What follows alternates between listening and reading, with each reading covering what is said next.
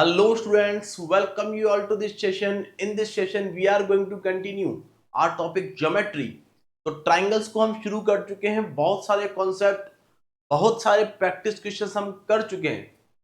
इस क्लास में कुछ और थ्योरम्स हम करने वाले हैं और इनफैक्ट कुछ अनकन्वेंशनल शॉर्टकट्स होते हैं जो आपको पता होने चाहिए.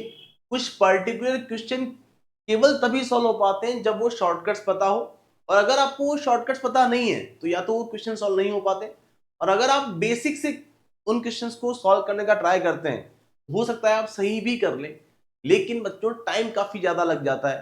तो कुछ अनकन्वेंशनल शॉर्टकट्स हमें पता होने चाहिए ज्योमेट्री के अंदर. तो पर्टिकुलर ट्राइंगल के अंदर जो शॉर्टकट्स काम आने हैं उन सबको हम वन सेकंड गाइस, उन सबको हम डिस्कस करने वाले हैं इस क्लास में. तो शुरुआत करते हैं गाइस. फर्स्ट ऑफ ऑल ये एक शॉर्टकट नहीं है ना, पहला जो हम थ्योरम पढ़ रहे हैं वो तो काफी फेमस थ्योरम है, उसको हम बोलते हैं mid point theorem. Mid point theorem क्या होती है? मिड पॉइंट थ्योरम गाइस, किसी भी ट्राइंगल की तीन साइड आपकी होने वाली है. सभी को पता है कि तीन साइड कैसी होनी है. ट्राइंगल हम पढ़ चुके हैं दुनिया भर का.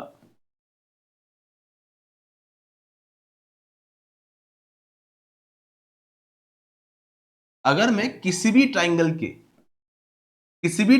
के एक साइड से, ये एक साइड मैंने ए बी ली, इसके मिड पॉइंट से, इसके मिड पॉइंट से बेस, इसके मिड पॉइंट से बेस के पैरेलल अगर मैं एक लाइन ड्रॉ करूं स्टूडेंट्स, बच्चों मैं रिपीट कर रहा हूं मेरी बात, क्या बोल रहा हूं मैंने ए बी के मिड पॉइंट डी से बीसी के पैरेलल एक लाइन ड्रॉ करी तो ये लाइन एसी के मिड पॉइंट पर ही मिल रही होगी. ई जो होगा, या यूं बोलो कि A will be equal to E C होगा फॉर श्योर. मिड पॉइंट से बेस के पैरेलल अगर आप एक लाइन ड्रॉ करोगे तो वो थर्ड साइड एसी को दो इक्वल पार्ट में डिवाइड करेगी. ये होती है आपकी मिड पॉइंट थ्योरम. तो आपको ये बात पता पड़ चुकी है बच्चों की ये दोनों साइड अगर हम पैरेलल बोल रहे हैं तो आप बोलोगे सर ये एंगल और ये एंगल इक्वल होगा बिकॉज ऑफ करस्पॉन्डिंग एंगल्स.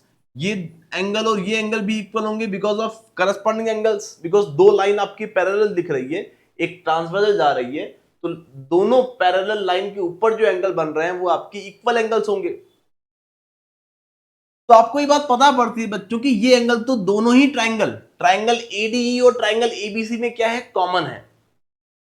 मतलब ये दोनों ट्राइंगल एडीई और ट्राइंगल एबीसी सिमिलर ट्राइंगल होने हैं, जिसको हमने पिछली क्लासेस में काफी डीप में समझा है. और अगर बच्चों सिमिलर ट्राइंगल अगर आपको दिख गए हैं तो क्या आप मेरी बात से एग्री करते हो बच्चों कि अगर ये रेशियो 1:2 है, एडी आपकी 1 है तो डीबी भी आपकी 1 है क्योंकि मिड पॉइंट था ना, तो यहां एई और ईसी आपकी इक्वल है, मतलब ये 1:1 है. मतलब एडी इस टू ए बी का रेशियो जो है वो 1:2 है. तो क्या ये जो डी की लेंथ होगी वो 1/2 ऑफ बीसी होगी. अरे सिमिलरिटी इन ट्राइंगल्स बेटा, डी और बीसी का रेशियो भी 1:2 ही होना चाहिए.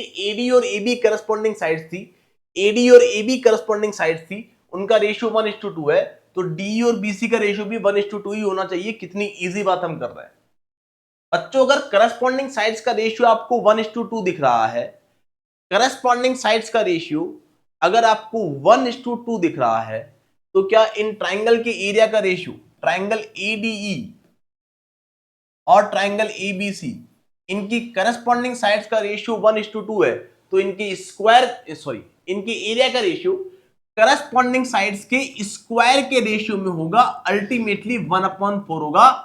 तो ये साइड तो आपको आधी आधी दिख रही है कि डी जो होनी है वो बीसी की हाफ होनी है, एडी एबी की हाफ होनी है, एई एसी की हाफ होनी है. लेकिन students area of triangle AD जो होगा वो 1/4 ऑफ ट्राइंगल एबीसी होगा. मतलब पूरा ट्राइंगल एबीसी का एरिया अगर 4 यूनिट है तो ये केवल 1 यूनिट, और ये आपका क्वाड्रिलेटरल जो दिख रहा है आपको, ये क्वाड्रिलेटरल का एरिया 3 यूनिट होगा. क्या ये बात क्रिस्टल क्लियर है? तो आई थिंक ये मिड पॉइंट थ्योरम जो हमने सीखी है इसको हम कई जगह अप्लाई भी करते हैं बच्चों, कई जगह अप्लाई करते हैं, और ये बात आपको पता होनी चाहिए. ना केवल बच्चों mid point theorem, proportionality theorem एक लिखिए बेटा, प्रोपोर्शनलिटी थ्योरम, जो कि मिड पॉइंट थ्योरम का ही एक एक्सटेंशन कह सकते हैं। प्रोपोर्शनलिटी थ्योरम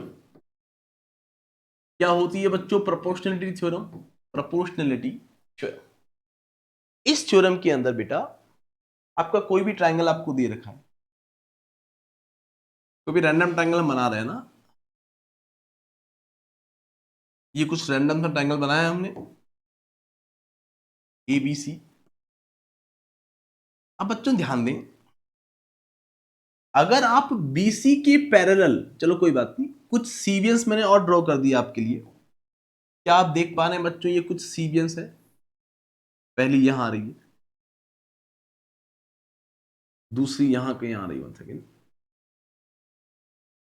दूसरी यहां कहीं आ रही है, तीसरी यहां कहीं आ रही है। अगर बच्चों कोई भी पॉइंट डी पॉइंट आपका ए बी, जरूरी नहीं कि 1:1 में डिवाइड करे, वो किसी भी पॉइंट पर अगर है, ये आपका डी पॉइंट है, और डी पॉइंट से बीसी के पैरेलल, बच्चों ध्यान दें, डी पॉइंट से बीसी के पैरेलल, ये दोनों लाइन कैसी है बच्चों? पैरेलल है। अगर आपने एक पैरेलल लाइन ड्रॉ की है स्टूडेंट्स, तो ये जो रेशियो आपके बनने हैं बेटा, वो रेशियो आपके क्या बनने हैं बच्चों? मैंने बोल दिया बच्चों की डी जो था वो ए बी को, बच्चों एक काम करें, चलो एक बार नेमिंग पूरा कर लें, डी एफ जी। अगर डी पॉइंट से एक पैरेलल लाइन आपने खींची है जो कि बेस बीसी के पैरेलल है, तो अगर ये रेशियो A:B है, मतलब AD और DB का ratio small a small b है, IJ AI और IF का रेशियो अगर C:D, small C:D, small E:F, AK और KH का रेशियो अगर G:H है, और AE:EC का रेशियो I:, बच्चों J है। ये बच्चों स्मॉल ले लो, कोई बात नहीं। तो ये सभी रेशियो क्या होने हैं बच्चों? A/B must be equal to C/D, must be equal to E/F, must be equal to G/H, must be equal to I/J। मतलब ये सभी रेशियो क्या होने हैं? अगर A:B, अगर D पॉइंट ने AB को 1:3 पे डिवाइड किया है, और अगर आपने पैरेलल लाइन ड्रॉ करी है स्टूडेंट्स, तो ये पैरेलल लाइन सभी सीवियंस को उसी रेशियो में डिवाइड करने वाली है जिस रेशियो में डी ने AB को डिवाइड किया था। अगर ये रेशियो 1:3 है, तो ये भी 1:3 होगा, ये भी 1:3 होगा, ये भी 1:3 होगा, ये भी 1:3 होगा। ये सभी रेशियोज आपस में क्या होंगे? इक्वल होंगे। आई थिंक मेरी बात समझ में आ चुकी है, एकदम क्रिस्टल क्लियर है आपको ये बात है। तो ये होती है आपकी प्रोपोर्शनलिटी थ्योरम। बच्चों ध्यान दें, डी और बीसी अगर पैरेलल है तो ये काम होगा, डी और बीसी अगर आपके पैरेलल है तो ही ये काम होगा, और मिड पॉइंट थ्योरम में भी वो क्या होने चाहिए? पैरेलल होने चाहिए। तो ये दो आपकी थ्योरम थी स्टूडेंट्स, आई होप आपको समझ में आ चुकी है सारी बातें, कोई दिक्कत वाली बात नहीं है। कुछ अनकन्वेंशनल शॉर्टकट्स हम देखने वाले हैं बेटा, कुछ अनकन्वेंशनल शॉर्टकट्स देखने वाले हैं। पहला है आपका लैडर थ्योरम, लैडर थ्योरम। तो ध्यान देना, ये थ्योरम्स हम इनको प्रूव भी कर सकते हैं, है ना। एग्जाम में डायरेक्ट क्वेश्चन पूछा जा चुका है, जो भी एक्चुअल एग्जाम में क्वेश्चन पूछे गए हैं उन सभी क्वेश्चंस को हम सॉल्व करने वाले हैं बेटा। एक्चुअल कैट पीवाईक्यू हम सॉल्व करेंगे, टेंशन ना लें, ठीक है। एक्चुअल कैट पीवाईक्यू हम सॉल्व करेंगे। लैडर थ्योरम, इसका यूज होगा बच्चों डायरेक्ट आपके एक्चुअल प्रीवियस ईयर क्वेश्चंस के अंदर ना, तो समझिएगा इस थ्योरम को ध्यान से। बच्चों अगर आपको कोई भी एक रैंडम ट्रायंगल गिवन है, उसके अंदर अगर ए बी सी आपकी वर्टिसेस है, और यहां अगर सी से ए बी पर एक सीबियन है, बी से AC पर एक सीबियन है, और इनका रेशियो मैंने दिया है बच्चों आपको, सीबियन ना बोल के बच्चों ध्यान दे, केवल दो ही सीबियन आपको दिख रही है बच्चों, ध्यान देना, केवल दो ही सीबियन आपको दिख रही है। ये एरिया आपको x दिया है, ये एरिया आपको y दिया है, ये एरिया आपको z दिया है। लेडर थ्योरम कब कब लगानी है हमें, जब केवल दो ही सीबियन हमारे पास हो, ओनली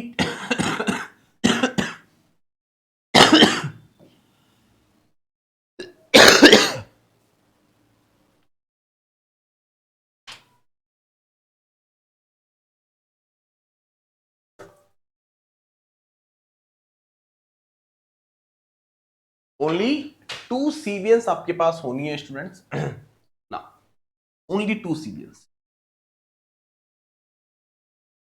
तो इस केस में आपका जो फॉर्मूला निकल के आता है बच्चों, वो फॉर्मूला निकल के आता है आपका 1 upon area of triangle A B C, area of triangle ABC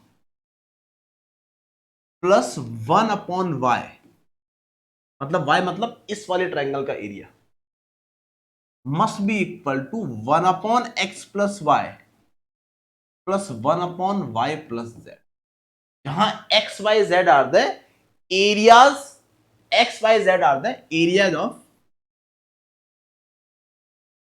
given triangle. मतलब आपको देख पा रहे हैं, अगर ये ओ है बेटा, O B C D E कर लो, तो ट्राइंगल बी डी ओ का एरिया एक्स है, ट्राइंगल सी ओ ई का एरिया जेड है, और ट्राइंगल बी ओ सी का एरिया वाई है, where X Y Z are the areas of triangle.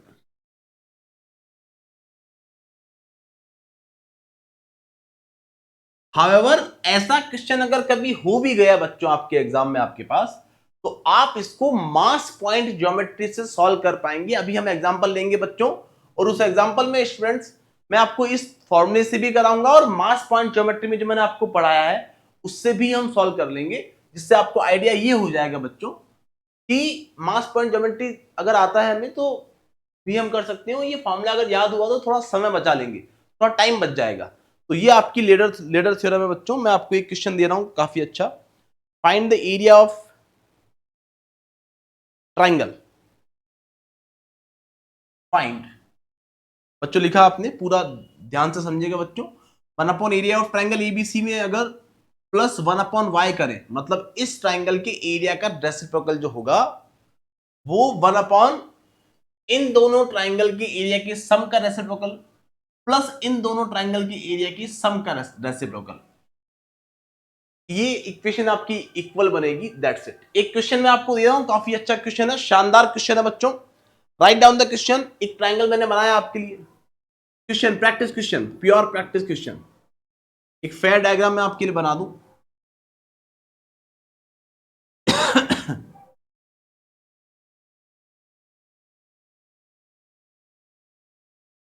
A B C, one second, A B and C. बच्चों ध्यान दें, अगर ये एरिया और मतलब ये दो सीवन आपको गिवन, और यहां आपको एरिया दे रखे हैं स्टूडेंट्स 20, 40, 16, आपको बताना है बच्चों, बस कुछ नहीं दिया है, कुछ रेशियो वगैरह कहीं कुछ नहीं गिवन है, आपको बताना है बच्चों area of triangle A B C, area of triangle A B C. Clear? Area of triangle ABC आपको बताना है और कुछ नहीं करना। ठीक है, तो आप बोलोगे sir area of triangle ABC, अगर मैं यहां पॉइंट देखूं डी है, ई है और ओ है, ये तीन एरिया तो मुझे पता ही है। अगर ये एरिया इस क्वाड्रिलेटरल ए डी ओ ई का एरिया पता पड़ जाए तो मेरा सारे एरियाज को मैं ऐड कर दूंगा, मेरा आंसर बन जाएगा। बोलो ये सुनो। तो पहले हम जाते हैं किससे बेटा, उस फॉर्मूला से जो हमने सीखा है, वो क्या है, 1 upon area of triangle A B C plus 1 upon area of this triangle, that is 1 upon 40, must be equal to 1 upon x plus y, 20 plus 40, 60, plus 1/1, ऐसा कर लो इसको, 40 प्लस 16 56। अरे क्या भोले भाले बच्चों, मेरी बात समझ में आ रही है? इसको हमें सॉल्व करना है बच्चों, 1 सेकेंड। ठीक है बच्चों ना, क्या आप मेरी बात से एग्री करते हो बच्चों कि इसको सॉल्व करना मतलब 1/ट्राइंगल एबीसी बोलना is equal to what, 1/60 plus 1/56 plus 1/40 will go in that side, it will become minus 1/40। और अब हमने इसको क्या किया बेटा, सॉल्व किया। तो क्या 60, 56 और 40 का एलसीएम आप निकाल सकते हो? आप बोलोगे सर ये काम हमें काफी इजी लग रहा है, 60, 56 का अगर हम रेशियो भी देखें तो ये आपका 840 आपको दिख रहा होगा, 840 विल बी द एलसीएम। आप बोलोगे सर यहां सर हम कलाकारी करें तो 14 प्लस 15 और माइनस 21 इक्वल टू 1/एरिया ऑफ ट्राइंगल एबीसी मिल गया। अरे बोलो यस और नो। तो सॉल्व करने पर कितना मिल रहा है सर, 1/एरिया ऑफ ट्राइंगल एबीसी जो आया है सर, वो 14 प्लस 15 29 माइनस 21 8/840 आया है। और बच्चों हमें तो पूरा ट्राइंगल एबीसी मिल जाएगा, इस पर्टिकुलर क्वाड्रिलेटरल का एरिया पूछा होता तो भी हम निकाल सकते थे, बोलो हाँ या ना। तो 8/840 कितना मिलेगा, 1/105 मिलेगा। मतलब ट्राइंगल एबीसी का एरिया जो 1/ट्राइंगल एबीसी इक्वल टू 1/105, तो area of triangle ABC must be equal to 105। क्या मेरी बात क्रिस्टल क्लियर है भोले वाले बच्चों, बोलो हाँ या ना। तो आपने कहा सर 40 या है, 20 ये है और 16 ये, 40 और 20 60, 60 प्लस 16 76, 105 में से 76 यहां दिख रहा है सर, मतलब ये x की वैल्यू इस क्वाड्रिलेटरल का एरिया जो आया है सर वो 29 आया। ये आपसे पूछा नहीं था, आपसे तो एरिया ऑफ ट्राइंगल पूछा था, आपका आंसर 105 मीटर स्क्वायर या यूनिट स्क्वायर वहीं पता पड़ चुका था। क्या इसका यूज आप समझ पाए बच्चों? This is the beauty of ladder theorem, जिससे आप थोड़े अच्छे क्वेश्चंस को सॉल्व कर पाएंगे।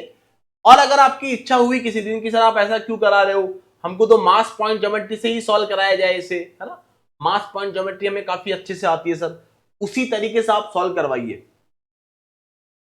तो स्टूडेंट ध्यान दें, क्या बच्चों आपको ये बात पता पड़ती है? पूरा मिटा दिया मैंने इसको।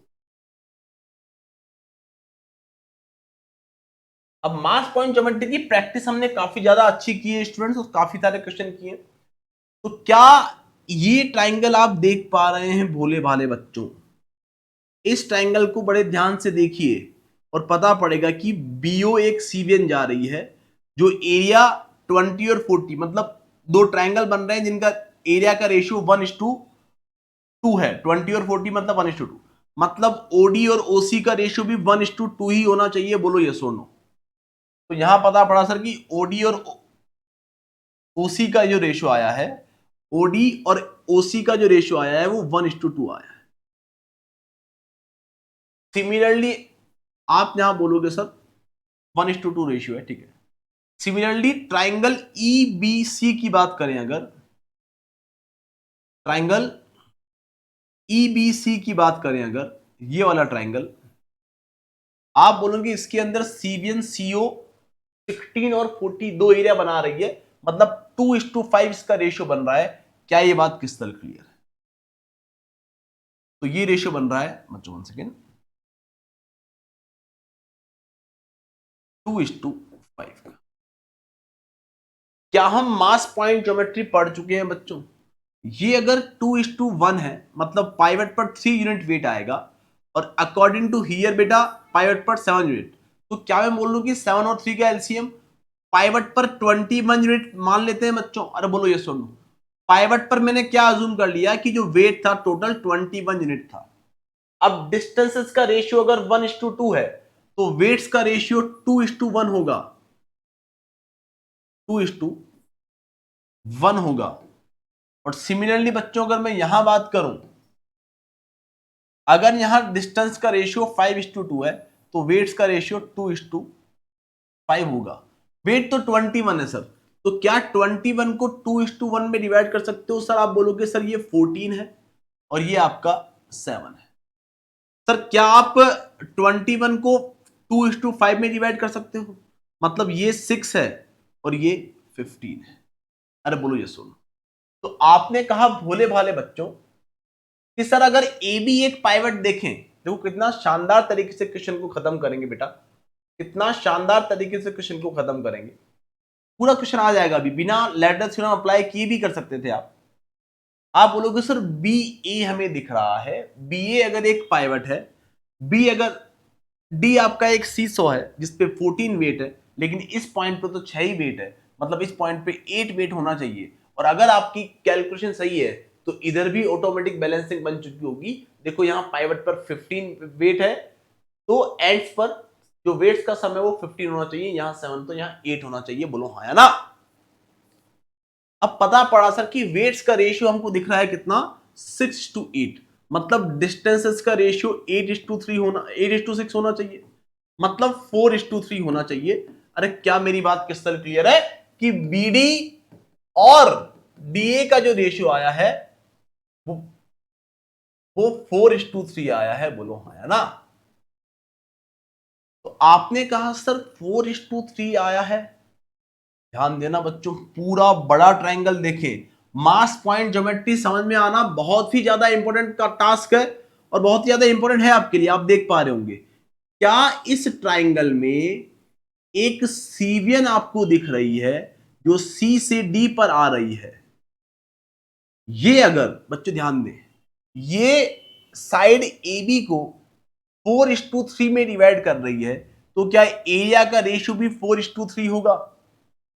एरिया का रेशियो भी 4:3 होगा बच्चों। बच्चे बोलेंगे हाँ सर 4:3 होगा। और अगर 4:3 होगा और इस ट्रायंगल का एरिया कितना है, ट्रायंगल बी डी सी का एरिया 40 और 20 60 है क्या? तो 4 अगर 60 के इक्वल है तो 3 आपका पूरा, 3 आपका पूरा किसके इक्वल होना चाहिए बेटा? अगर 4 यूनिट आपका 60 के इक्वल है तो ये पूरा एरिया जो हाईलाइटेड आप देख पा रहे हैं ये बनेगा 45। 45 में से 16 अगर यहां है, 45 में से 16 अगर यहां है तो क्या यहां 29 होगा? अरे बोलो यस और नो। बच्चों मैं रिपीट कर रहा हूं, आई थिंक की दिक्कत रह गई होगी किसी को। पूरे ट्राइंगल में सीबीएन सीडी, इस सी से जो डी पे आ रही है ये अपोजिट साइड को 4:3 में डिवाइड कर रही है, मतलब इन दोनों ट्राइंगल के एरिया का रेशियो भी 4:3 होना चाहिए। 4 के लिए पता है सर 60 एरिया है, 40 + 20, तो 3 के लिए टोटल एरिया मतलब ये एरिया आपका 3 यूनिट। अगर 4 आपका 60 है तो 3 यूनिट आपका 45, ये पूरा एरिया 45 होना चाहिए, उसमें ये 16 तो ये 29 होना चाहिए। क्या ये बात किस तरह क्लियर है? आपका आंसर बन चुका है। तो मास पॉइंट ज्योमेट्री से भी हम कैलकुलेट कर सकते थे, कोई दिक्कत वाली बात नहीं थी, है ना? और यही आपकी लैडर थ्योरम अगर पता होती है आपको तो आप थोड़ा समय बचा सकते हैं, दैट्स इट। ओके, तो ये पहला अनकन्वेंशनल वे था हमारा, दैट इज लैडर थ्योरम। अगला लिखिए बच्चों, cross ladder theorem. Cross ladder theorem, cross ladder theorem क्या होती है बच्चों? क्रॉस लैडर थ्योरम कैसे काम करती है, उन सब पे हम चर्चा करेंगे। बच्चों जब भी किसी बेस से, हॉरिजॉन्टल बेस आपको दे रखा है बेटा, एक बेस आपको दिखाई दे रहा है, अगर इस बेस से 3 परपेंडिकुलर लाइंस जा रही है आपकी, क्या जा रही है बेटा? 3 परपेंडिकुलर लाइंस जा रही है, किस तरीके से? मतलब एक तो यहां जा रही है, ये परपेंडिकुलर मतलब कि 90 डिग्री होगा। बच्चों बन सकें यार, ठीक है बच्चों ना, देख पा रहे हैं आप? ठीक है। और ऐसी की ऐसी लाइन बच्चों आपकी यहां भी कहीं जा रही है, ये ऊपर भी हो सकती है आपकी, मतलब कुल मिला के ये दोनों पैरेलल है। कुल मिला के ये दोनों लाइंस कैसी है बच्चों? पैरेलल है। अगर मैं इस हाइट के टॉप से अगली हाइट का बॉटम मिलाऊं, इस हाइट के टॉप से अगली हाइट का बॉटम मिलाऊं,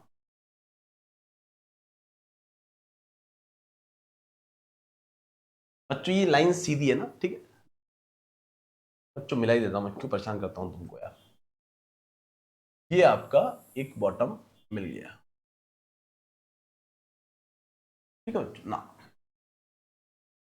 जो इन दोनों के इंटरसेक्शन पॉइंट से, अगर आप इन दोनों की इंटरसेक्शन पॉइंट से अगर आप एक पैरेलल लाइन ड्रॉ करें जो इन दोनों के पैरेलल होगी, ये दोनों 90 90 थे, तो ये भी क्या होगी बेटा, 90 डिग्री बनाएंगे। अल्टीमेटली ये तीनों लाइंस कैसी है, पैरेलल है।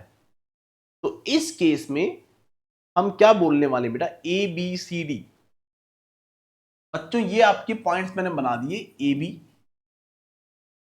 सी डी और ई एफ। बच्चों ये अगर लेंथ x थी, ये लेंथ अगर y थी, और ये लेंथ अगर z थी, तो 1/z is equal to 1/x plus 1/y होता है। ये होती है आपकी क्रॉस लैडर थ्योरम। ये हमारा दूसरा अनकन्वेंशनल शॉर्टकट है। आई थिंक मेरी बात समझ में आ चुकी है।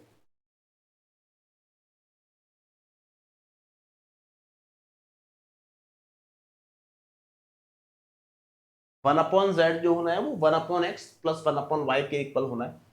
तो ये होता है आपका क्रॉस लैडर थ्योरम, जिसपे आपको थोड़ा अगर अच्छा कमांड है तो आप अच्छा कर सकते हैं। If two medians are given, can you find the area of triangle. हम एरिया ऑफ ट्राइंगल में पढ़ चुके हैं बच्चों कि एरिया ऑफ ट्राइंगल जो होता है, अगर दो मीडियंस की लेंथ गिवन है और उनके बीच का एंगल पता है, तो area of triangle is nothing but 2/3 into m1 m2 sine theta. ये फॉर्मूला हम लास्ट क्लास में ही कवर किए हैं स्टूडेंट्स, तो आई होप आपको वो फॉर्मूला याद है और उसको अप्लाई करना पड़ा कभी तो आप कर पाएंगे।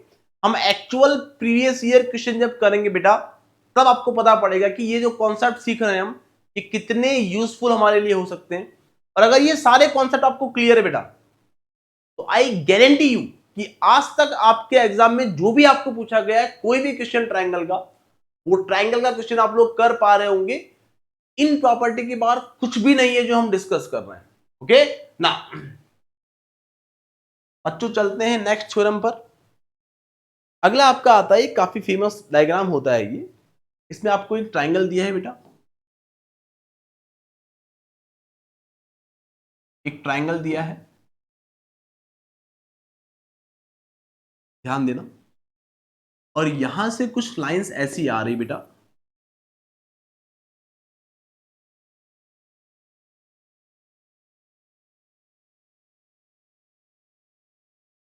ऐसा कुछ फिगर आपका बन रहा है।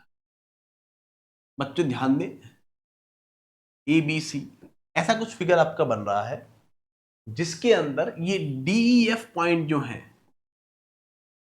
डी एफ पॉइंट जो है ये मिड पॉइंट है। मतलब बीई का मिड पॉइंट डी है, सी एफ का मिड पॉइंट ई है, और एडी का मिड पॉइंट एफ है। क्या आप क्वेश्चन को समझ पा रहे हैं, क्या आप डायग्राम को समझ पा रहे हैं? रिप्लाई कर दें, रिप्लाई कर दें। मतलब ये दोनों साइड आपकी इक्वल है, ये दोनों साइड्स आपकी इक्वल है, मतलब एफ ई और ईसी इक्वल है। तो इस केस में जो एरिया का रेशियो आता है बेटा, वो क्या आता है, और आपका ए एफ और एफ डी आपका इक्वल है।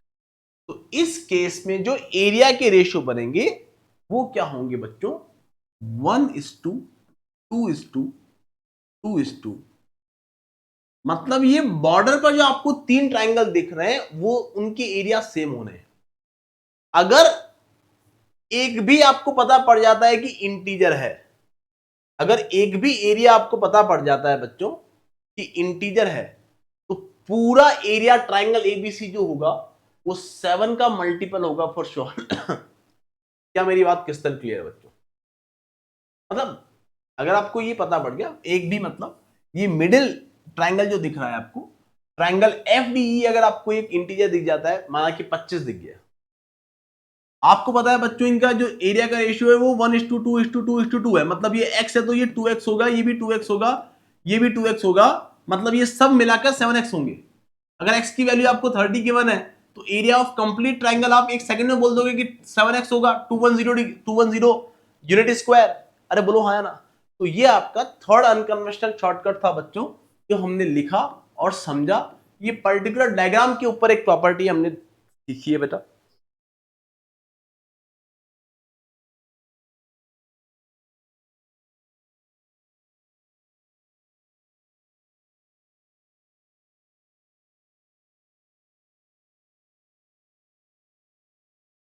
बच्चों ध्यान दें, अगला आता है बच्चों ये बहुत अच्छे शॉर्टकट्स हम लिख रहे हैं बेटा जो आपको बहुत अच्छा एज देते हैं दूसरे स्टूडेंट्स के ऊपर ना बच्चों थोड़ा तबियत मेरा नासाज चल रहा है। डिस्टेंस बिटवीन, अगला शॉर्टकट है आपका, distance between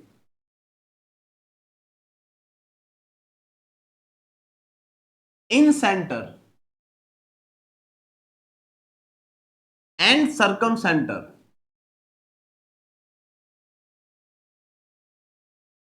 in any given triangle, in any triangle. तो इसके लिए डायरेक्ट फॉर्मूला है बच्चों आपके पास, distance between incentre and circumcentre is equal to what बेटा, R square minus twice of small R into capital R. बच्चों ध्यान दें, क्या किया है ये, R square minus twice of capital R, sorry small R into capital R, where capital R is what, बच्चों हम पढ़ चुके हैं ये बातें ना, capital R is circum radius.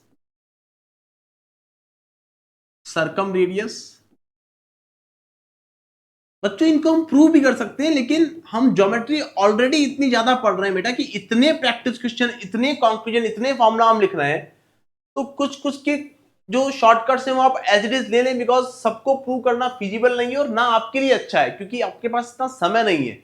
Are you getting my point बच्चों? क्वांट में वैसे ही हमने बहुत कुछ कवर किया है ना, तो इनको हम प्रूव भी कर सकते थे स्टूडेंट्स, लेकिन हर फॉर्मूले को हम प्रूव करेंगे तो काफी समय जाएगा बच्चों, बोलो हाँ या ना।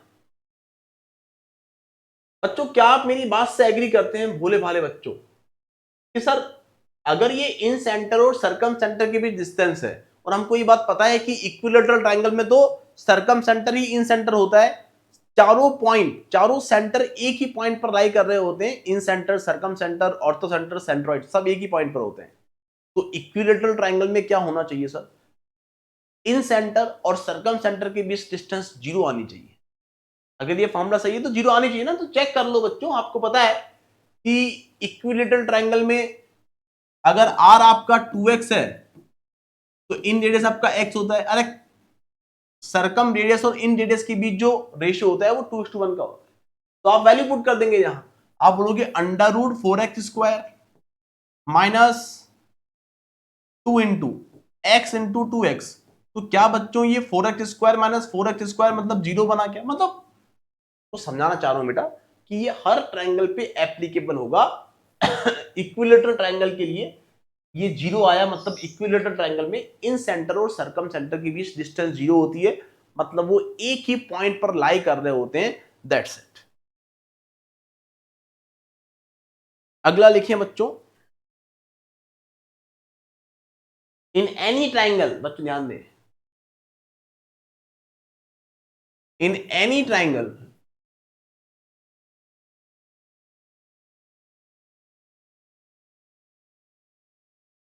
सर्कम सेंटर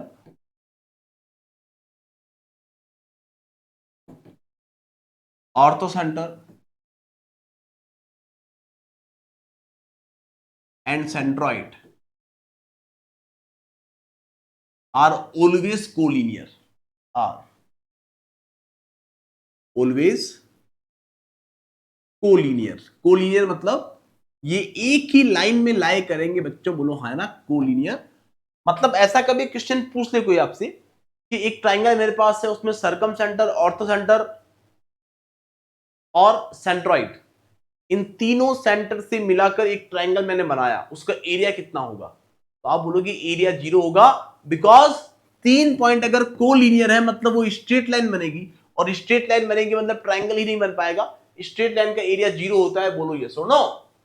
तो ये स्टेटमेंट पता होना चाहिए बच्चों कि सर्कम सेंटर, सेंट्रॉइड और ऑर्थो सेंटर हमेशा क्या होते हैं, कोलिनियर होते हैं।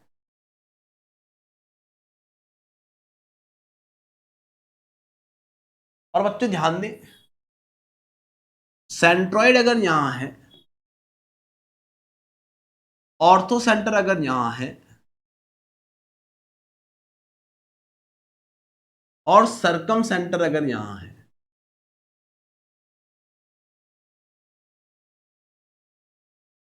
तो इनके बीच जो डिस्टेंसेस का रेशियो होता है बेटा, सरकम सेंटर को यहां कर लो, ये आपका सरकम सेंटर, तो इनके बीच जो डिस्टेंसेस का रेशियो होता है वो 2:1 होता है। मतलब ऑर्थो सेंटर और सरकम सेंटर से के बीच जितने डिस्टेंस है उससे डबल डिस्टेंस होती है सेंट्रोइड और ऑर्थो सेंटर के लिए फॉर एनी ट्राइंगल। ये ऑब्ट्यूज एंगल ट्राइंगल में भी फॉलो करेगा, और ऑब्वियस सी बात है बच्चों की इक्विलेटरल ट्राइंगल में फॉलो नहीं करेगा। अरे इक्विलेटरल ट्राइंगल में तो सभी एक ही पॉइंट पर होते हैं, तो बात ही खत्म होगी कि इसी पॉइंट पे सब कुछ आ जाना है। बोलो यस और नो। तो ये कुछ अनकन्वेंशनल शॉर्टकट्स थे बच्चों जो आपको पता होना चाहिए। लास्ट एक और शॉर्टकट में दे रहा हूं बेटा आपको, शॉर्टकट मतलब इनफैक्ट फैक्ट है ये।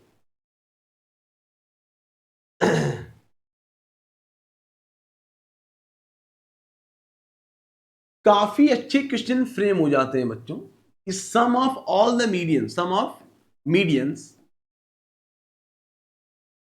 ऑल थ्री,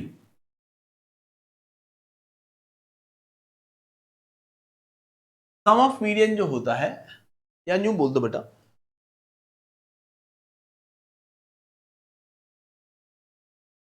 वो हमेशा पेरीमीटर से छोटा होता है। वो हमेशा ट्राइंगल के पेरीमीटर से छोटा होता है। ये बात तो हमको पता थी, पहले भी पता थी ये तो ना। और जो पेरीमीटर होता है बेटा, वो कभी भी, वो हमेशा 4/3 सम ऑफ मीडियन से छोटा होता है। सम ऑफ मीडियन से काफी अच्छे क्वेश्चन बन सकते हैं बच्चों। प्रैक्टिस क्वेश्चंस में इसके ले लूंगा, आप टेंशन ना लें। 4/3 of sum of medians, sum of median is less than perimeter, लेकिन पेरीमीटर जो होगा वो सम ऑफ मीडियन से तो बड़ा होगा, लेकिन 4/3 सम ऑफ मीडियन से छोटा होगा। मतलब ऐसा नहीं हो सकता बच्चों कि सम ऑफ मीडियन अगर 30 आ रहा है, सम ऑफ मीडियन अगर 30 आ रहा है, तो आपके पास लिमिट बन चुकी है। सम ऑफ मीडियंस अगर 30 है तो पेरीमीटर जो है वो 30 से तो बड़ा होगा, लेकिन 4/3 ऑफ 30 से छोटा होगा, मतलब 40 से छोटा होगा। सम ऑफ मीडियन जो आपका आना है बेटा वो 30 है। और जहां आपको बात पता समझ में आ चुकी होगी, काफी इजी एग्जांपल मैंने लिया है बच्चों, कि अगर आपकी 3 मीडियन का सम 30 है तो पेरीमीटर क्या क्या पॉसिबल है, पेरीमीटर 30 से तो बड़ा होगा लेकिन 40 से छोटा होगा for sure. This is the condition. तो कितनी वैल्यू सेटिस्फाई कर रही है बच्चों, 31 से लेके 39 तक 9 वैल्यू सेटिस्फाई कर रही है। बोलो ये सोलो। तो 9 केस बनेंगे अगर आपका पेरीमीटर एक इंटीजर नंबर है। Have you got my point भोले भाले बच्चों? तो इतने बेसिक कॉन्सेप्ट के ऊपर इतने अच्छे क्वेश्चंस फ्रेम हो सकते हैं, और ऐसे कई सारे क्वेश्चन हम ऑलरेडी सॉल्व कर चुके हैं। तो ये कुछ आपके अनकन्वेंशनल शॉर्टकट्स थे बच्चों जो हमने लिखे हैं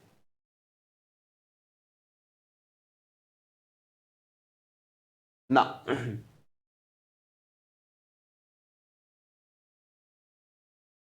और कुछ बातें बच्चों मैं आपको देना चाह रहा हूं इसी क्लास के अंदर।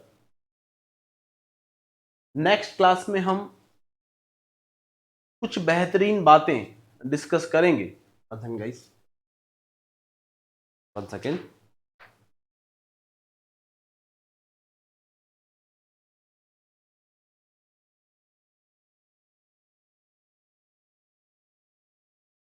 बच्चों ये कुछ और फैक्ट है जो मैं देना चाह रहा हूं आपको। वो क्या है बेटा कि when perimeter is given for any triangle, when perimeter is given for any triangle, तो पेरीमीटर को मैंने स्मॉल पी माना बच्चों, और वो पी के दो केस बन सकते हैं सर, या तो इवन पॉसिबल है या ऑड पॉसिबल है। ऑब्वियसली बात है, हम एक इंटीजर की बात कर रहे हैं। पेरीमीटर जरूरी नहीं कि हमेशा इंटीजर हो, वो पॉइंट्स में भी हो सकता है, लेकिन ये जो प्रॉपर्टी हम लिख रहे हैं ये केवल और केवल इंटीजर्स के लिए लिख रहे हैं। मतलब सभी साइड्स भी इंटीजर है और पेरीमीटर भी इंटीजर है, ठीक है। Perimeter is uneven number.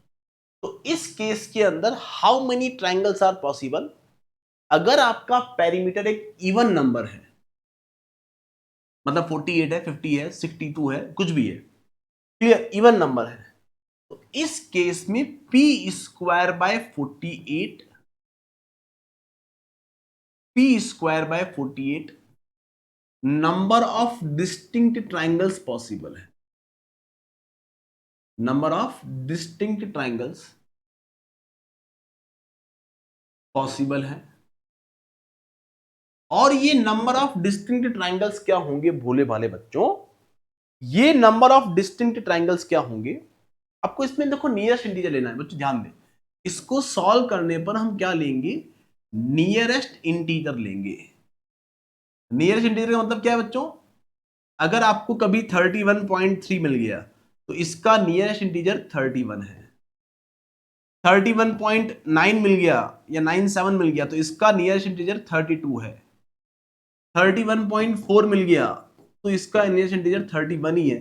No 0.5 से बड़ा है तो अगला इंटीजर आ जाएगा, 0.5 से छोटा है तो पिछला इंटीजर ले लेंगे, बोलो यस और नो। लेकिन फिक्स अगर 31.5 हुआ तो आप अगला 32 ही लेने वाले हैं। तो ये होता है नियरेस्ट इंटीजर। अगर आपका पेरीमीटर एक इवन नंबर है बच्चों तो आपके पास कितने ट्राइंगल आप बना सकते हो, अलग अलग आप बना सकते हो P square by 48 number of triangles. अगर आपका पेरीमीटर एक ऑड नंबर है बच्चों, पेरीमीटर अगर आपका एक ऑड नंबर है तो आप कितने ट्राइंगल बना सकते हो, p+3 का whole square, p+3 whole square by 48। बच्चों वहां p था, यहां p+3 कर दिया है।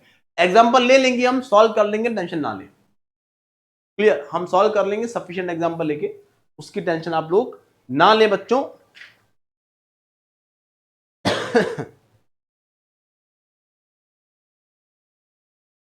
अब मैंने आपको कहा बच्चों कि अगर perimeter, if perimeter is equal to 30 centimetre, how many distinct triangles are possible, distinct triangles are possible. तो आप बोलोगे सर एक तरीका तो क्या होगा कि आप चेक करोगे पूरा कि भाई 30 सेंटीमीटर बनाना है तो कुछ वैल्यूज ली, 11 लिया, 9 लिया और 10 लिया और यहां चेक किया बच्चों, देखो 30 बन गया। ऐसे 30 के कितने पैर बना सकते हो, ऐसे सर बहुत सारे पैर बना सकते हैं, लेकिन हमेशा ध्यान रखेंगे कि सम ऑफ टू साइड जो है वो थर्ड साइड से बड़ा होना चाहिए। तो ऐसे तो बहुत सारे केस बन जाएंगे सर, इसको कैलकुलेट करना तो बहुत ज्यादा टाइम कंज्यूमिंग होगा ना, इसको कैलकुलेट करना तो बहुत ही ज्यादा टाइम कंज्यूमिंग होगा। और अगर टाइम कंज्यूमिंग होगा बच्चों तो क्या आप मेरी बात से एग्री करते हैं कि सर ऐसे करने के बजाय हम क्या करेंगे, सीधा का सीधा नंबर ऑफ ट्रायंगल, क्या 30 एक इवन नंबर है, इवन नंबर है तो हम बोलेंगे पी स्क्वायर बाय 48 करो सर, और जो भी नियरेस्ट इंटीजर आएगा वो हम ले लेंगे। 30 का स्क्वायर कितना होता है बच्चों, 48 होता है, मतलब 30 का स्क्वायर अपॉन 48, 900 बाय 48। सर 12 से कैंसिल किया हमने,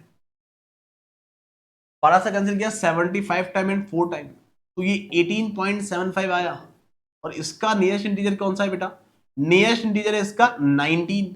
अरे क्या मेरी बात समझ में आई, ऐसे 19 ट्रायंगल पॉसिबल है, बात खत्म करी जाए। ऐसे हम कैलकुलेट करने की हमें जरूरत नहीं है, बोलो हाँ या ना, ये बहुत ज्यादा टाइम कंज्यूमिंग होगा। अगर आपने इस तरीके से कैलकुलेट कर लिया है तो आप सारी कलाकारी कर चुके हैं। अरे बोलो ये सुनो। और बच्चों अब वो एग्जांपल तो आप ले लेंगे ना, मैं बोलूं कि आपका पेरीमीटर जो है वो 45 है, बताओ कितने ट्रायंगल पॉसिबल है। तो ये एक ऑड नंबर है, ऑड नंबर के लिए फॉर्मूला लिखा है हमने p+3 का होल स्क्वायर बाय 48। तो आप बोलोगे 48 बाय 48 इंटू 48 अपॉन 48, आपका आंसर कितना आएगा, 48 triangles are possible, 48 distinct triangles are possible, बोलो ये सुनो।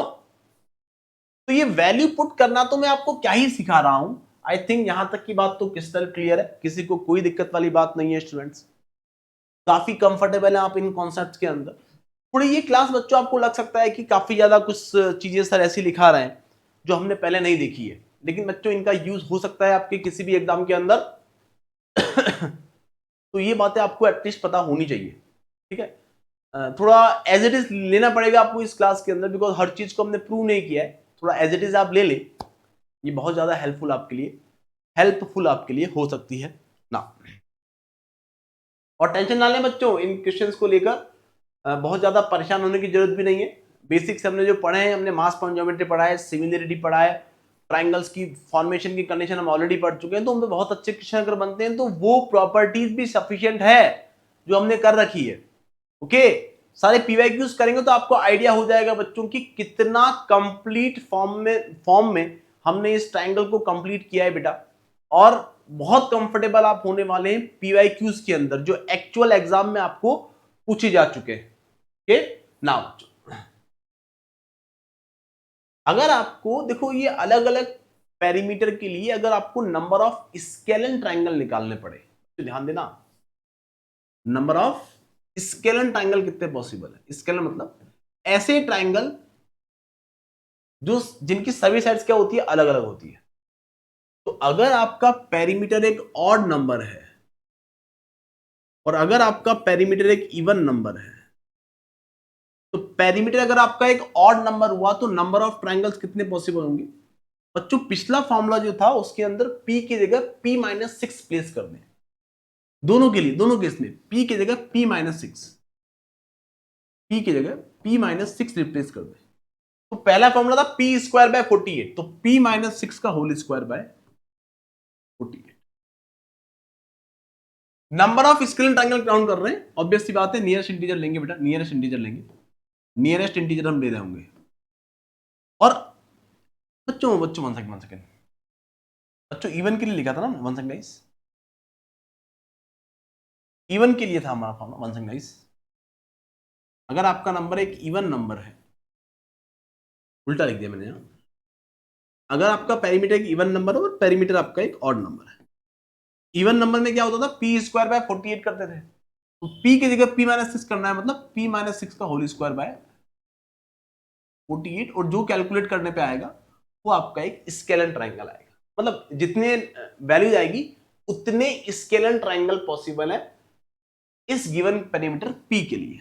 और ऑड के लिए अगर बात करें तो उसमें फॉर्मूला था p+3 का होल स्क्वायर बाय 48, तो p की जगह p-6 रखना है, तो क्या p की जगह p-6 रखूंगा तो p-6 + 3 होल स्क्वायर बाय 48 बनेगा। मतलब अल्टीमेटली क्या होगा बेटा, p-3 का होल स्क्वायर बाय 48। इतने number of scalene triangle possible है if your perimeter is an odd natural number.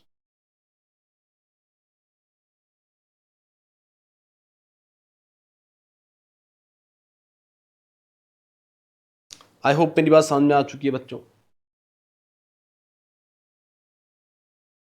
इस पे बेसिक क्वेश्चन भी हम कर लेते हैं।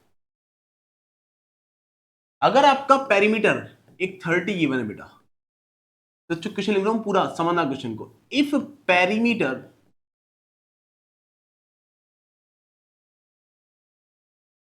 is 30 centimeter and all three sides are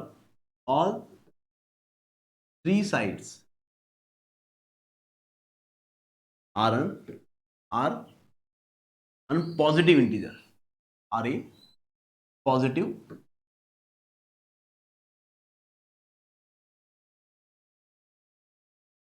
मतलब वो पॉइंट्स पे नहीं हो सकती, किसी की साइड की वैल्यू 3.6 नहीं हो सकती, किसी भी साइड की वैल्यू 10.09 नहीं हो सकती, वो सब इंटीजर ही होनी चाहिए, इंटीजर।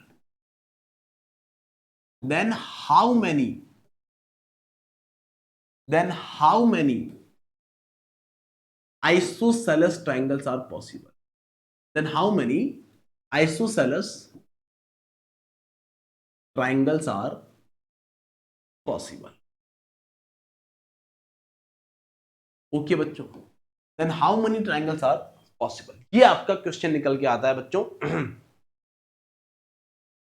तो ध्यान दें, अगर आपका पेरीमीटर एक 30 सेंटीमीटर है तो नंबर ऑफ ट्राइंगल्स कितने पॉसिबल है बच्चों। आप बोलोगे सर ये कैलकुलेट किया था थोड़ी देर पहले ही, सर ये p स्क्वायर बाय 48 मतलब 900/48 किया था, और ये कुछ 18.75 आया था, इसका नियरेस्ट इंटीजर लेना था बच्चों, तो हमने 19 लिया था कि 19 ट्राइंगल्स होंगे। बोलो यस बोलो, ये हम ऑलरेडी सॉल्व कर चुके हैं बच्चों। क्या इन 19 ट्राइंगल में आपके तीनों तरह के ट्राइंगल होने हैं, आपका इक्विलेटरल भी होना है, आइसोसेलेस भी होना है और स्केलर भी होना है। तो क्या बच्चों आप मुझे बता सकते हैं कि पेरीमीटर अगर 30 सेंटीमीटर है तो कितने इक्विलेटरल ट्रायंगल पॉसिबल है? सर इक्विलेटरल ट्रायंगल तो एक ही पॉसिबल है, 10 10 और 10। देखो पेरीमीटर 30 बन गया और ये ट्रायंगल इक्विलेटरल बन गया। बोलो यस। इसका मतलब आइसोसेलेस और स्केलेन ट्रायंगल इनका सम होना चाहिए 18। तो स्केलेन ट्रायंगल कितने पॉसिबल है बच्चों? आप बोलोगे सर इसके लिए तो आपने फॉर्मूला लिखा था सर, वो था p-6 का होल स्क्वायर बाय 48, मतलब 24 का होल स्क्वायर बाय 48, मतलब 24 इंटू 24 बाय 48, मतलब 12 आया। मतलब इस 18 में से 12 ट्रायंगल जो होंगे वो स्केलन ट्रायंगल होंगे। इसका मतलब आइसोसेलेस 6 ट्रायंगल होंगे और इक्विलेटरल 1 ट्रायंगल होगा। तो इस पेरीमीटर के लिए 30 सेंटीमीटर के लिए कितने आइसोसेलेस ट्रायंगल पॉसिबल है? तो आप बोलोगे सर 6 आइसोसेलेस ट्रायंगल पॉसिबल है। आई थिंक मेरी बात समझ में आ चुकी है, किसी को कोई दिक्कत वाली बात नहीं। एक थ्योरम आती है आपकी last but not the least. हम अनकन्वेंशनल शॉर्टकट्स देख रहे हैं, पूरी क्लास के अंदर शॉर्टकट्स पे बात चल रही है, कुछ नए फॉर्मूले पे हम बात कर रहे हैं। सबको मैंने एक साथ कर दिया, हर क्लास के अंदर हम एक एक शॉर्टकट लिखा हूं, इससे अच्छा एक क्लास आपको ध्यान रहे। क्लियर ना? अगली आती है आपकी बेटा कारपेट थ्योरम। कारपेट थ्योरम बच्चों ये आपकी काफी लॉजिकल थ्योरम है और काफी मतलब बेसिक दिमाग लगा के आप इस थ्योरम को समझ सकते हैं। बच्चों देखो समझना, बात को समझाने के लिए बहुत अच्छा एग्जांपल मैं ले रहा हूं आपको। अगर एक रेक्टेंगल आप देख पा रहे हैं, या सॉरी आप एक स्क्वायर देख पा रहे हैं, मैंने कहा आपको ये एक स्क्वायर है, आपको दिख रहा है, ये माना कि स्क्वायर है, ये 100 है।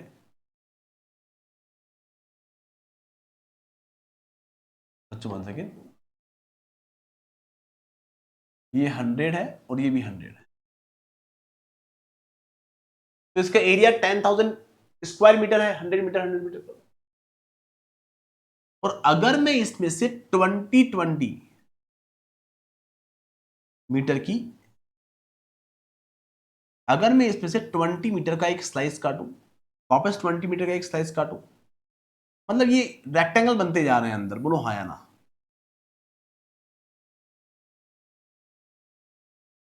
20 मीटर के ये 5 स्लाइस मैंने काट लिए, है ना? तो क्या आप मेरी बात से एग्री करते हो कि एक का एरिया 20 इंटू 100, ये सब 20 मीटर के? बच्चों अज्यूम करो कि एक 100 बाय 100 के फ्लोर पर 20 by 100, 20 by 100, 20 by 100, 20 by 100, 20 by 100 ऐसे 5 कारपेट बिछे हैं। अज्यूम करिए आप कि ऐसे 5 कारपेट बिछे हैं। तो क्या बच्चों अगर एक कारपेट को मैंने हटा दिया और हटाकर हटाकर मैंने इसको यहां से एक पलटी मारी बेटा, बच्चों ध्यान देना, यहां से मैंने क्या किया, एक कारपेट को पलटी मारी। कारपेट को जब मैंने बेटा पलटी मारी, तो क्या आप मेरी ध्यान देना, अगर मैंने इस कारपेट को यहां पलटी मारी तो ये कारपेट पलटी मारकर क्या एक काम करो, मतलब पलटी अगर मारोगे आप तो ये ऐसा कुछ दिखेगा, ये जो यहां दिख रहा है आपको, ये यहां कहीं आ जाएगा। बोलो ये सो पलटी मारने के बाद ऐसा कुछ फोल्ड कर दिया। तो क्या आप मेरी बात से एग्री करते हो कि जो वेकेंट एरिया बना है वो इस ओवरलैप्ड एरिया के इक्वल होगा? अरे बोलो ये सुनो, कितनी छोटी और मासूमियत भरी बात है बेटा। मैंने यहां से एक पलटी मारी तो ये अब वैकेंट एरिया हो गया, यहां कुछ भी नहीं रहा है, और ये जो ओवरलैप एरिया हो गया है, तो जो ओवरलैप एरिया है बेटा वो आपकी वैकेंट एरिया के इक्वल है। बोलो यस और नो?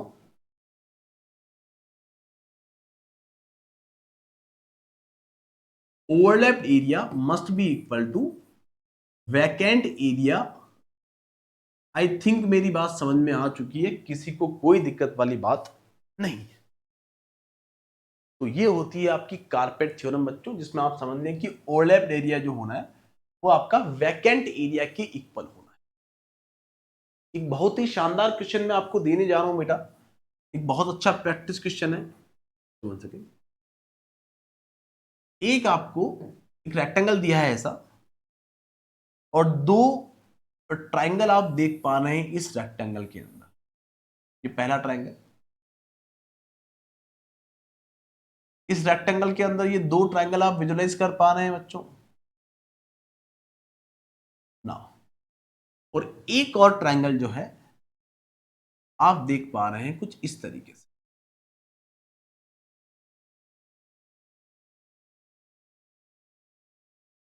ये एरिया आपको दिए हैं बेटा,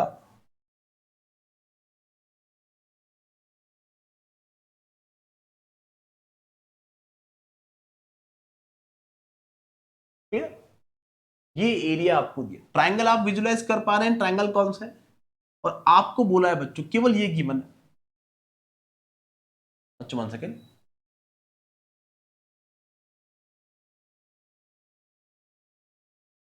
बच्चों ये 39 गिवन हो के ये आपको 18 नहीं 16 गिवन है। आपको बताना है बच्चों एबीसीडी आपका रेक्टेंगल है। देखो कितना शानदार क्वेश्चन हम करने जा रहे हैं, आपको पता भी नहीं है आप क्या सॉल्व करने जा रहे हैं। आपको बताना है area of quadrilateral D E F C. आपको डीईएफसी का एरिया बताना है। क्या आप क्वेश्चन समझ पा रहे हैं? ये सभी आपको 16, 20 और 18 जो दिए हैं, ये सभी आपको 16, 20 और 18 जो दिए हैं इन ट्राइंगल के एरियाज हैं। इसको आप जी कर लो, इसको आप जी कर लो बेटा। क्या आप मेरी बात से एग्री करते हो बच्चों कि बच्चों आप मेरी बात से एग्री करते हैं क्या कि ट्राइंगल एबीसी का एरिया जो होगा, सॉरी ट्राइंगल एजीसी का एरिया जो होगा, एजीसी, वो 1/2 इंटू बेस इंटू हाइट होगा। 1/2 इंटू बेस कितना है सर? CD है। और हाइट कितनी है सर? हाइट BC है, क्योंकि ये एक रेक्टेंगल था तो क्या हाइट आपकी परपेंडिकुलर डिस्टेंस होगी, मतलब यहां से एक परपेंडिकुलर ड्रॉ करोगे जी के ऊपर, तो ये आपकी रेक्टेंगल की साइड के इक्वली होगा ना। तो क्या मैं हाइट को CB बोल दूं बेटा? हाइट को बोल दूं BC बोल दूं या CB बोल दूं, कोई बात नहीं।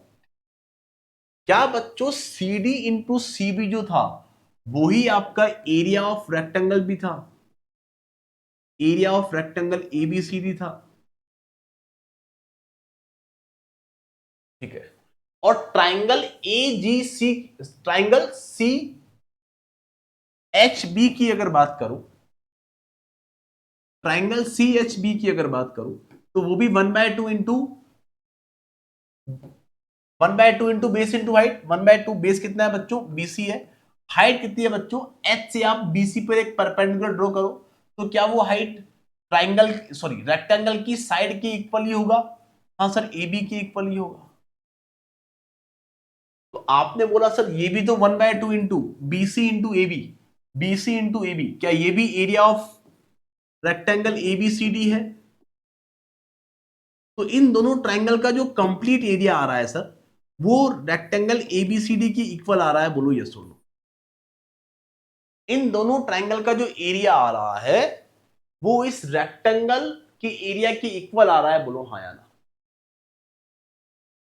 बच्चों क्या आप मेरी बात से एग्री करते हैं कि इन दोनों ट्राइंगल में कुछ एरिया जो है वो ओवरलैप हो रहा है? पर ये कौन सा एरिया ओवरलैप हो रहा है? क्या ये वाला एरिया ओवरलैप हो रहा है? और यही हमें निकालना है। अरे बोलो ये सुनो, क्या इन दोनों ट्राइंगल के अंदर ये एरिया आपको ओवरलैप होता दिख रहा है? दोनों ट्राइंगल का सम तो आपके एरिया ऑफ रेक्टेंगल इक्वल है, ठीक है। ये एरिया ओवरलैप हो रहा है, तो ओवरलैप एरिया जो है वो वेकेंट एरिया के इक्वल होना चाहिए।